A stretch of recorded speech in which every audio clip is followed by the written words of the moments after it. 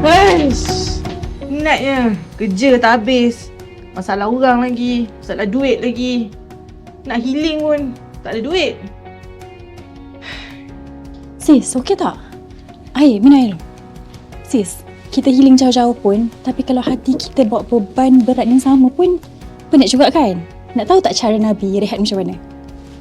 Jom saya terangkan. Assalamualaikum warahmatullahi wabarakatuh. Sahabat-sahabat sekalian. Perkataan yang paling popular zaman sekarang ni adalah apa? Aku penat. Aku burn out. Kita penat fizikal, kita penat emosi, kita penat mental. Dan solusinya apa?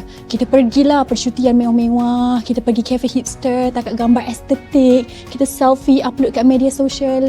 Kita buatlah macam-macam untuk menghiburkan hati kita yang penat. Tapi selepas kita buat semua tu, kita masih ada rasa kepenatan tu. Persoalannya, kenapa kita masih rasa penat? Tahu tak bagaimana baginda sallallahu alaihi wasallam rehat?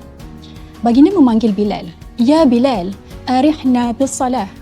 Wahai Bilal, rehatkanlah kami dengan solat. Solat bagi baginda sallallahu alaihi wasallam bukanlah satu beban, tetapi ia adalah satu stesen untuk cas tenaga. Apabila kita solat, kita meletakkan semua beban berat dunia ini keluar, di luar pintu masjid ataupun di luar ruang solat kita. Okey, jadi sahabat, bagaimana untuk kekalkan motivasi dan elakkan rasa untuk menyerah diri dengan penatnya beban dunia ini?